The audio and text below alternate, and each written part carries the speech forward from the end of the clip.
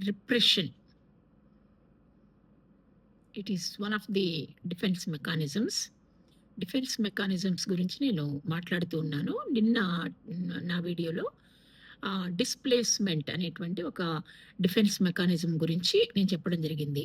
Defence mechanisms అంటే బ్రీఫ్‌గా మనల్ని మన ఈగోని మనం సాటిస్ఫై చేసుకోవడానికి మనము ఫాలో అయ్యేటువంటి కొన్ని విధానాలు, లేకపోతే కొన్ని మార్గాలు. ఇవి కరెక్ట్ మార్గాలా? ఇలా ఫాలో అవ్వచ్చా? లేదా? అనేది నేను తర్వాత ఎక్స్‌ప్లనేషన్ ఇస్తాను. సో, నేను డిస్‌ప్లేస్‌మెంట్ గురించి చెప్పడం జరిగింది. ఈరోజు రిప్రెషన్ అనేటువంటి డిఫెన్స్ మెకానిజం గురించి మాట్లాడబోతున్నాను.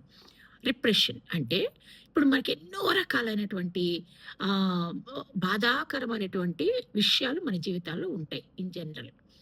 భయంకరమైన విషయాలుంటాయి. అంటే ఎటువంటి భయంకరమైన విషయాలని గురించి నేను చెప్తున్నానంటే, ఎవ్వరికీ చెప్పుకోలేనటువంటి విషయాలు.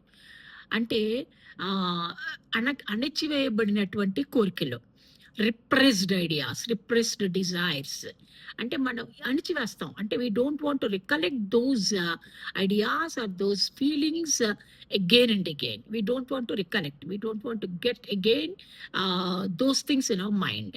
సో, ఇంటెన్షనల్‌గా మనం ఏం చేస్తామంటే రిప్రెస్ చేస్తాం వాటిల్ని. ఎందుకు? We don't want to recollect them. మనకి వాటిని గుర్తు చేసుకోవడం మాకిష్టం లేదు. I don't want to get them back. నాకిష్టం లేదు. కాబట్టి ఏం చేస్తాం మనము రిప్రెస్ చేసేస్తాం అనమాట. రిప్రెస్ చేసినప్పుడు అవి ఎక్కడికి పోతాయి? కోరికలు గానియండి, ఆలోచనలు గానియనండి, ఎక్కడికెళ్తాయంటే అన్‌కాన్షియస్ మైండ్‌లోకి వెళ్తాయి. సిగ్మండ్ ఫ్రాయిడ్ ప్రకారము ఉన్నటువంటి ఆయన ప్రకారము there are 3 segments in our mind. నా ప్రీవియస్ వీడియోస్‌లో దీని గురించి చెప్పడం జరిగింది.